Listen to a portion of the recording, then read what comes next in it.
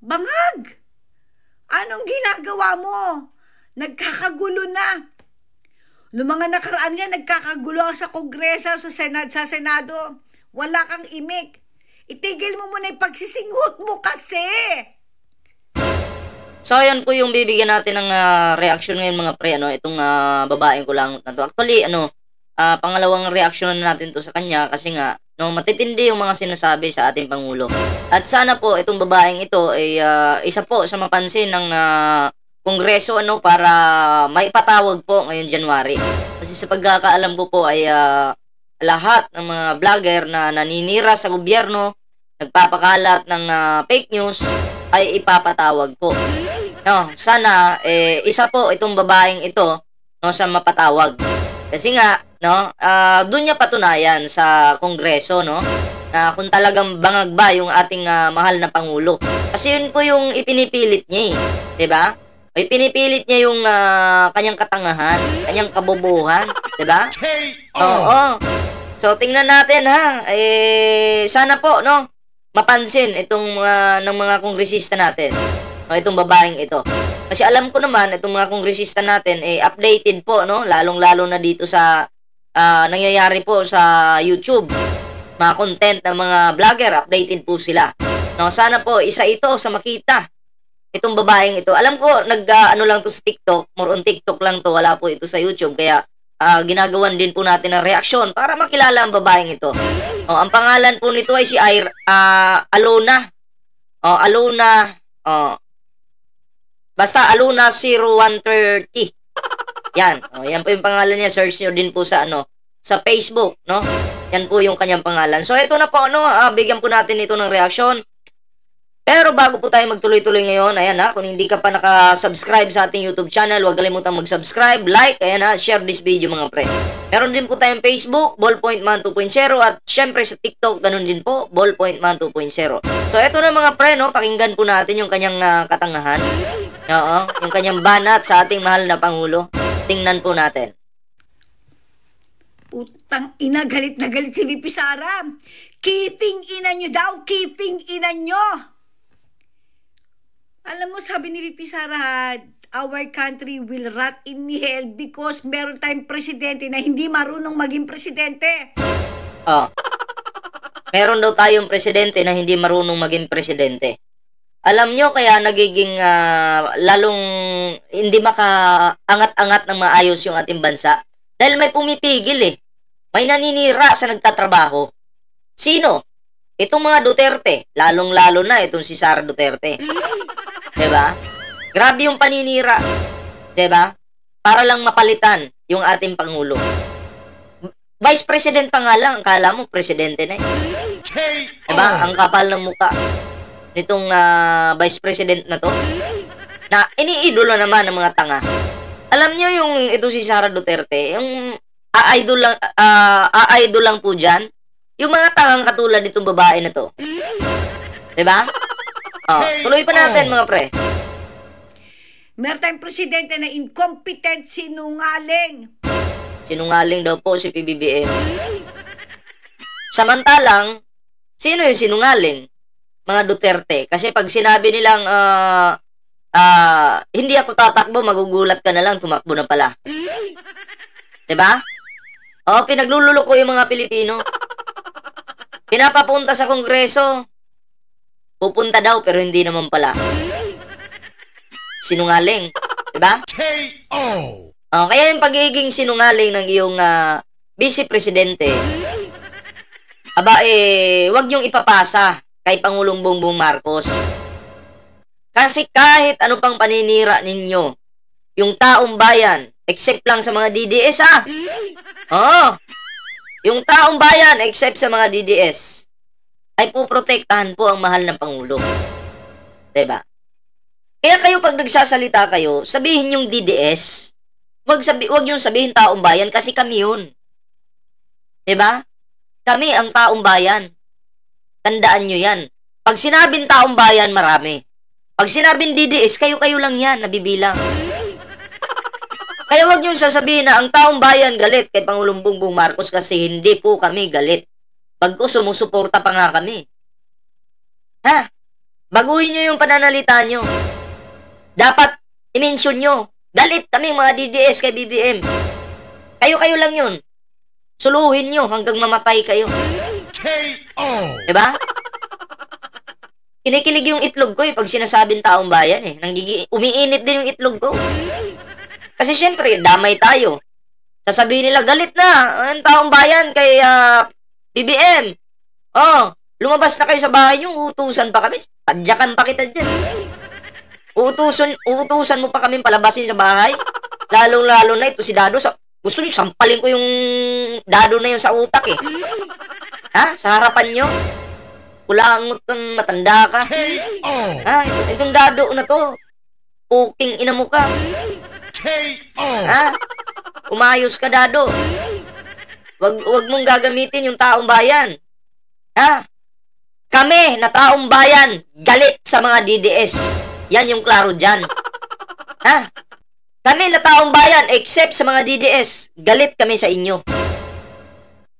Diba? Kung may batas nga lang na pwede kayong pagpapatayin isa ako sa tutulong KO! Lalong-lalo na yung matanda dyan. Gilitang kita sa leeg KO! Oh my gulay. Bangag! Anong ginagawa mo? Nagkakagulo na. Noong mga nakaraan nagkakagulo daw. Saan yung gulo? Saan? Saan ba na nagkagulo?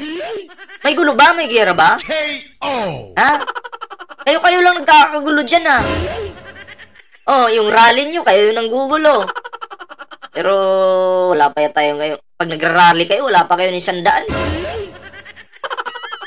Pakisabi nga, saan banda yung gulo? May gera ba? Another ka-fake news na naman, nagkakagulo na daw. Saan? Pag sinabi kasi nagkakagulo, may patayan, may gera. Oh. Yun, yung sinasabi mong nagkakagulo na, binaliktad mo na naman. Imbis sa panahon ni Digong, yung may gulo. Oh. Ano nangyari? Diba? Isinisi mo na naman sa Pangulo. Pinasa mo na naman. Diba? Ang hilig nyo, ganun kayo Gawain ni Digong ipapasa nyo kay PBBM. Nakakatawa. Gawain ni Sara ipapasa nyo kay PBBM. Diba ang tatanga lang? KO! Nagkakagulo sa Kongreso, sa Senado. Oh, bakit? May patayan ba sa Kongreso, Senado? Meron ba? May barilan ba doon? Wala Nag-iimbestiga lang sila doon. Hindi gulo yun. Issue. May issue sa Senado at Kongreso. Yun. Pero yung sinasabing nagkakagulo, puking ina mo ka. KO! Palibhasa, pukpo ka pala. Animal ka. Diba? Nakadroga ba to? Kasi grabe na makabanat sa Pangulo no? Di na tama yung ginagawa. Patay ka pag pinatawag ka. Nako. KO! Wala kang imik. Itigil mo muna yung pagsisinghot mo kasi. Oh, katulad niyan. Si PBBM ay nagsisinghot daw. Sabi ng kulangot na to. Diba? Naniwala siya doon sa video. Yung fake video ni Pangulong Bongbong Marcos. Yun yung pinapakalat niya. Nagsisinghot daw yung Pangulo. Diba? Nagsisinghot daw. Diyan pa lang fake news ka na. Kaya sabi ko nga, sana po ay makarating po ito sa mga kongresista natin. Itong babae na to. Pwede namang i-search sa Facebook niya, no? Ira 0130 or sa TikTok niya, no? Search nyo lang po. Oo, grabe po ito makapanira sa ating mahal na Pangulo, no? Baka pagbuburahin niya kasi yung video niya. Baka maging huli na yung lahat. No, so habang nandiyan pa yan, check nyo na, no, yung kanyang account. Oo. At pag nakitaan nyo yung ng kasinungalingan, ilista nyo na sa listahan. Para sa isa siya, no, sa mapatawag. At doon niya mismo, isigaw yung bangag. At yung pambababoy niya sa administrasyon. Magkakaalaman tayo. Tingnan mo yung ibang vlogger dyan ngayon, tahimik. Diba, yung mga hampas lupang vlogger. Tahimik po sila ngayon kasi alam nila, ipapatawag sila. Lalo na yung bayaderos. Ilang araw na wala na mga live, Oh, hindi lang buwan, hindi lang araw, buwan na eh. May iba, linggo.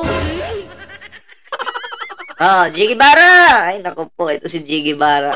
Pag napatawag ito sa kongreso, magkikita kami niya. Eh, syempre, nasa labas ako, tapos sabay ko si pain yung liig niya. Oh, Jiggy Bara. KO. Utang ina mo ka. Ha? Nako, pag ikaw napatawag, ituto ko talaga yung camera ko sa mukha mo eh. Pag pumalag ka eh, hampas ko sa mukha mo yan. Oo. Nako. KO. Itigil niyo mo muna. Aba? Bigyan mo ng oras ang Pilipinas. Tingnan mo. Bigyan daw ng oras yung Pilipinas. KO. Diba? Bakit hindi ba binigyan ng Pangulo? Mukhang si Sara yung gumagawa ng paglalakwatsa. Kaya wala nang oras sa Pilipinas. Kung magkaroon man siya ng oras, magpapa-interview yan, magpapa-press con yan. Pero ang topic niya, puro pagbanat sa administrasyon, puro paninira. Alam niyo, sinabi si Sara, kasi natanggal nga siya eh. Sa NSC ba yun? Hindi ba ako parte ng gobyernong ito? Hindi, Sara, hindi ka parte ng gobyernong ito. Alam mo kung bakit? Meron bang parte ng gobyerno na mismong sinisiraan din yung gobyerno? Meron, ikaw lang. Parte ka sana eh, pero naninira ka. Kaya tinanggal ka. Dahil may mga pagbabanta ka sa Pangulo, sa First Lady, Speaker Martin Romualdez. Diba? Kaya kung sasabihin mo, nakapuko sila sa pagbabanta sa Pangulo, ay paano naman yung sa akin? Ikaw, Sara Duterte, alam mo, si PBBM walang pagbabanta sa'yo. Ikaw lang yung nag-create ng, kunyari papatayin ka. Kunyari may nagbabanta sa'yo. Ikaw lang, gawa-gawa mo lang yan eh. Tingnan mo, walang record yung PNP. AFP, wala. Walang record. Kahit nga sa mainstream media eh. Diyan ka lang nagkalat ng kabubuhan mo.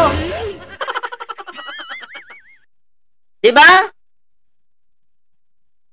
Eh, tinanggal ka. Sasabihin mo, paano naman yung sa akin, yung pagbabanta. Alam mo, gawa-gawa mo lang yan. Hindi ka naman sana matatanggal eh, kung may record ka na talagang totoo yung pinagbantaan yung buhay mo, no? Oo, kung sino yung nagbanta. Kasi imbestigahan yan eh, pero wala kang maibigay. Hindi ka nga nagpakita sa NBI eh. No, hindi ko lang alam kung ano yung aksyon gagawin ng NBI ngayon. Dahil si Sara ay hindi naman talaga pumunta noong December, no? Kasi ayon sa NBI, bibigyan daw ng tsansa si Sara Duterte, no? Na hanggang katapusan lang ng Disyembre. Eh ano na tayo ngayon? 5 na. 5 na po tayo ngayon. So, abang-abang po tayo ng update. Tuloy natin to. Tingnan mo kung anong magagawa mo kung meron man. Yung pinsan mong tambaloslos, aawat-awatin mo rin paminsan-minsan. Masyado nang siga ang Speaker of the House na kung tutuusin, wala naman talagang ambag sa bayan. Feeling mas mataas pa kaysa sa Vice President. Wala ka bang gagawin sa sobrang pambabastos na ginagawa nila sa Vice President na again ulitin ko, second highest official of the land next to you, bangag. Putang ina, nakakainit ng ulo tong bangag na administrasyon na ito. Tingnan mo. Feeling daw ni Speaker Martin Romualdez, mas mataas pa siya dito kay Sara Duterte. Diba? Yun daw yung feeling eh. Pero kung titingnan nyo po mga pre, si Sara Duterte po ay masyadong nag-angas-angas. No? Yung presidente natin inangasan. 'Di ba? Inangasan po ang ating mahal na pangulo. Ano pa? 'Di ba? Si Speaker Martin Romualdez hindi nirespeto. 'Di ba? Kahit yung natin, kahit yung First Lady natin mga pre ay binastos po nitong Sara Duterte na to. No? Feeling niya kasi mas mataas pa siya sa presidente. Pero ang tingin ko lang naman kay Sara, isang maliit lang na parang Parang kulangot lang ba? KO. Ping-inan nyo! Kiping-inan nyo! Putang inang yan. Oh, anong nakakatawa doon? Content niya. Siya yung natawa. Ay, naku po. Oh, ito na. Isunod natin tong isang mga pre, ano? Itong isang video. Eto, to. Alright, so, yung palang pilat dito ni VP Sara sa leg na malaki, yan pala yung, ang naging cause pala niyan is yung paggurgur sa kanya nung aid security na ibinigay mismo ng Office of the President sa kanya. Remember yung... Oh, yun na. Another ka-fake news na naman. So, sa madaling salita, ang nagpapatay daw, ang gustong magpapatay kay Sara Duterte, ang Pangulo. 'Di ba? Kasi ang Pangulo ang nagbigay ng security kay Sara. At yun yung parang gumilit sa liig niya. Pero ako magtatanong lang naman ako. Yung andito ba sa liig ni Sara, totoo ba yun? Or fake? Yun yung tanong. At eto another ka-fake news santo ng babaeng ito, no? No? Na, ewan ko, nasa ibang bansa naman ito, itong babaeng ito, pero feeling niya, alam na alam niya, no? Yung nangyayari dito sa Pinas. Kasi, nagbigay daw po ang Office of the President ng security kay Sara at yun daw yung pumatay. Papatay kay Sara or gumilit sa leeg. Kaya nga lang nakaligtas daw si Sara. Ngayon ang tanong, bakit hindi yan lumabas sa mainstream media? Bakit hindi lumabas sa balita yan? Bakit? Kasi hindi totoo. Diba? Yun po yung maliwanag dyan. Hindi kasi totoo. Fake news kasi itong babae na to. Kaya maghanda-handa ka na pag isa ka sa napatawag. Ngayon, alam nyo na. Tuloy natin. Yung issue na tinanggal ni Marbil, galing ito sa Office of the President, ang utos tinanggal ni Marbil ang mga security aid ni VP Sara na ganito kasi yan, may mga si Sara Duterte, may mga bodyguard na talagang solido na sa kanya, loyal na sa kanya, matagal na sa kanya. And then, kung totoo man to, yung sinasabi ng babaeng ito, dapat ganito yung mangyayari. Nagdagdag ngayon ang Office of the President ng security ni Sara. Tapos meron ding security si Sara na loyal sa kanya matagal na. So ang dami nun, 'di ba? And then kung talagang itong binigay ni PBBM, ginurgor or ginilitan sa liig si Sara, dapat itong mga loyal kay Sara papalagan to. Papalagan itong mga nanakit sa kanyang amo. 'Di ba? Pero bakit walang ganung issue? Bakit walang lumabas na ganun? Kasi ang paggilit sa liig po ay hindi po basta-basta yan. Hindi po yan, hindi po yan pwedeng, kumbaga, isa walang bahala. Pero bakit parang baliwala kay Sara Duterte? Bakit? Kasi nga, hindi naman kasi totoo yun. Kaya nga ako mapapatanong na lang O teka lang, yung nasa liig ni Sara, totoo ba yan? Or baka naman fake? KO. Yun lang. Yun lang yung nakakahiya. Baka naman fake. Diba? KO. Sus! Wag ako. Tuloy natin. Ganyan ang kasama nung araw pa sa Davao para palitan ng mga bagong security aid na malaman-laman na lang natin from VP Sara na isa pala sa security aid na ibinigay ni Bangag kay VP Sara ay siya mismong gumurgur sa kanya. Tamo, sabi ko na sa inyo walang sariling pagre-research tong mga to Walang sariling pag-aanalisa. 'Di ba? Basta pag sinabi ni Sara, yun na yun, totoo na yun para sa kanila. 'Di ba? Basta pag tumai si Sara Duterte ng malambot, pinakain sa'yo, pag sinabi ni Sara, lugaw yan kakainin mo rin kasi lugaw Pero hindi ka marunong mag-analyze or imbestiga. Isipin na lang natin, analyze na lang natin. May lumabas bang balita sa mainstream media na ganun? Napatunayan ba kung sino yung tao na yon na gumilit sa liig niya? Wala po, kasi nga fake news. 'Di ba? Kasi kahit ako, normal na tao, sample ko na lang, normal akong tao, o normal na vlogger lang. Pag ako ginilitan sa liig, Ay putang ina, naka-report na yan sa pulis. I-report ko na yan. Para itong taong ito hindi makatakas. Kakasuhan ko talaga, ipapakulong ka talaga. Partida, normal na vlogger lang ako. Paano pa kaya kung vice president ka? At mangyari sa'yo yun? Kung totoo yan, aba hindi mo titigilan yan. Kasi kilala ang mga dutae na tapang-tapangan ko, no? Kung matapang talaga kayo at totoo yung mga sinasabi nyo, bakit hindi nakakulong yung gumilit sa liig mo? KO! Nangyari. Sara. Hindi natin alam kung paano nakaligtas si VP Sara sa paggugulo. Hindi, ano siya, tumago siya sa pader. Oo. Nag-ala Spider-Man siya, lumipad-lipad. Then yun na yun. KO! Ako, alam ko paano siya nakaligtas eh. Diba? Oo, nakaligtas siya. Ganito, ikukwento ko kung paano siya nakaligtas. Kasi, kwento niya yan. Diba? Siya yung bumuo ng kwentong yan. Diba? At, natural, bubuo rin siya ng kwento kung paano siya nakaligtas. Nakaligtas siya sa kwento. Pero in reality, fake news yun. Yung sinasabing ginugurgur siya.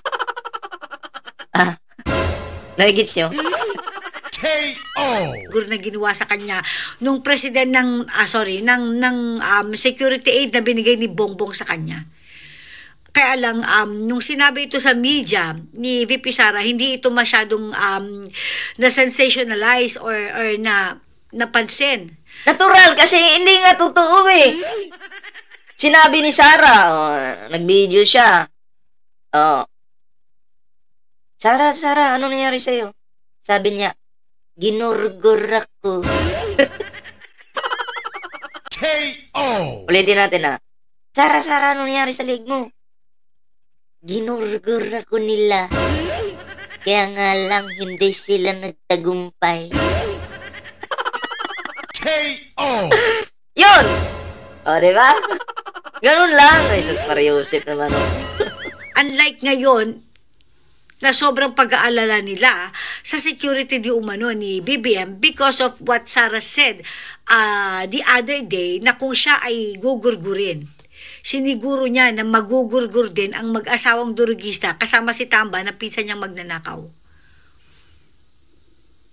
Bakit? Tamo, ang layo ng kinukunik no? Kinukunik, ang layo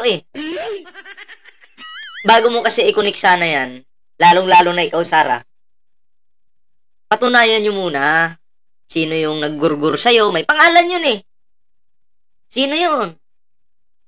Totoo bang galing yan sa Office of the President? Dapat may ganun detalye. Diba? Ilatag mo sa publiko. Pakita mo. Sino? Anong pangalan? Anong height nito? Ilang kilo ba itong gumurgur sa'yo? Ganun ba? Taga saan? Ilang buwan nang nakabantay ito sa'yo? Diba? Bilang isang, security. Diba? Dapat may mga ganun detalye. Wala Kahit isa wala. Hindi nga natin alam yung pangalan kung nung gumurgur daw sa kanya Kasi nga wala.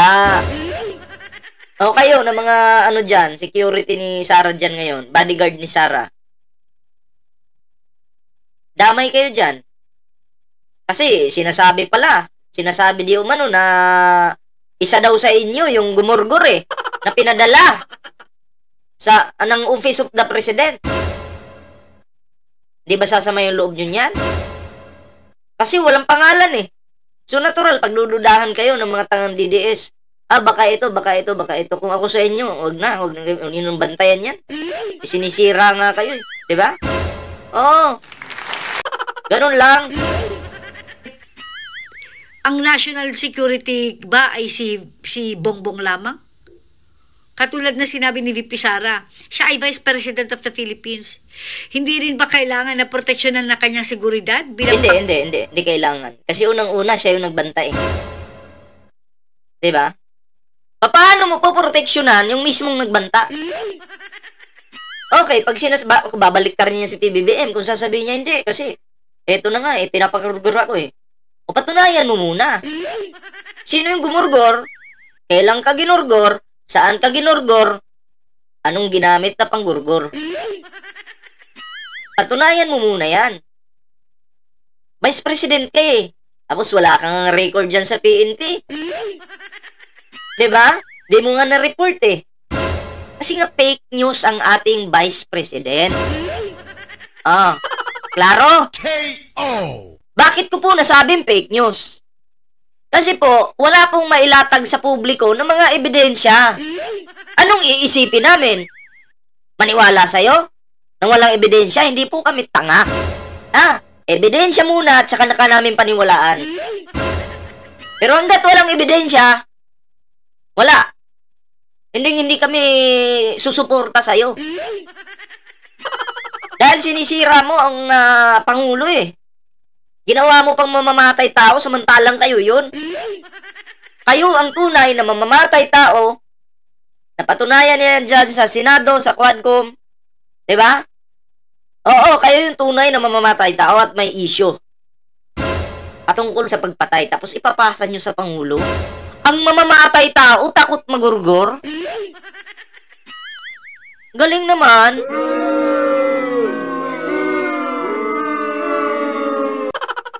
Pangalawa sa pinakamataas na opisyal ng bansa. Ngayon, BBM, nataranta ka sa sinabi ni VP. Alam mo ba kung gaano yung takot taranta o kung ano man ang naramdaman ni VP habang ginigilitan siya sa leeg? Natanga talaga, no? Alam mo kung gugustuhin talaga, gigilitan ka sa leeg. Diba? Kung gigilitan ka... Dapat unang-una, nung ginilitan siya sa leeg, may mga dugusan na dito. Nagpicture ba? Para ebidensya ba? Ay magulat na lang tayo paglabas niya, peklat na lang. KO. Wala pa yung mga sugat-sugat na presko dito. Diba? Wala man lang picture may dugo. Wala man lang picture na dinala sa hospital. Kasi hindi biro po yung magilitan ka sa leeg. Kasi leeg yan eh. Dadalhin ka talaga sa sa hospital. Wala pong ganun mga picture eh. Ang tanong. Ito yung isa pang tanong. May record ba si Sara Duterte sa pinagdalhan sa kanya kung saan mang hospital? May record ba na talagang ginamot yung kanyang leeg? Meron bang ganun? Diba? Wala tayong makita, diba? At hindi yan nakapublic yan. Kasi nga, paano mo ipapublic yung wala naman talaga? KO. Nung presidential aid na ipinadala mo para bantayan siya. So, kung pinadala mo sa kanya, bantay sa lakay. Hindi ka nahihiya? Kababaeng tao ng vice-presidente mo, pinagurgur mo, walang kalaban-laban. Talaga ang mga Marcos Traidor. Pinatunayan mo lang na totoo nga ang sinasabi ng mga tao ng mga demonyo kayo. Quadcom, mga natin dyan, kongresista, patawag niyo po ito, no? Oo, kailangan niya munang mapatunayan yung kanyang pinagsasabi kung totoo ba talaga o hindi. No, kasi fake news po. Protektahan po natin ang ating Pangulo. No? Ang ating mga kongresista, pag may nakita po sana kayong mali, wag na po kayong magdalawang isip kung ipapatawag ba o hindi. Tuluyan niyo po. Patawag niyo. Katulad nito, matindi yung ka-fake newsan. Kung nakikita niyo to ngayon, di ba? Oo, matindi. Search nyo lang sa TikTok niya, Ira0130. Makikita nyo, puro fake news yung content. Sana po, isa ito sa may patawag, may maimbitahan. No? Kasi, kailangan niyang patunayan yung mga lumalabas sa bunganga niya doon mismo sa harapan ng mga natin, ng mga kongresista natin. Diba? Pag ikaw napatawag na babae ka, good luck. Diba? So, yun lang po yung ating video ngayon mga pre. Bakit ko po ito kinontent? Kasi, trip ko lang babuyan ng babaeng ito. Wala lang. KO. At syempre, para makita ng ating mga kongresista, yung mga fake news na katulad nito. Malay mo, mapansin tong babae na to at maipatawag, diba? So, yun lang yung aking, yung ating purpose dyan. At para maituwid natin yung ka-fake news sa nila. Ganun lang naman yun eh. Diba? Kasi kalat po sila ngayon sa TikTok. Puro paninira. Diba? Puro Try nyo kayang sampulan yung mga fake news. Kahit 1-5. Ganun. Pero unahin nyo yung yung ugat. Oo, sampulan nyo. Diba? Para magkaalaman. So, yun lang po yung ating video ngayon mga pre. Ayan Bago pa tayo magtapos sa ating video ngayon, meron po tayong dito, Facebook page. Yan meron din po tayong TikTok. Huwag kalimutang i-follow yung ating TikTok. At syempre, yung ating Facebook. Ayan kung hindi ka pa naka-subscribe sa ating YouTube channel, huwag kalimutang mag-subscribe mga pre. Ayan at syempre, share this video at sa mga bago nating subscriber dyan, ayan maraming salamat po. At i-like nyo na po yung video ito. So yun guys, kita-kits po sa susunod nating video. Ingat and bye-bye.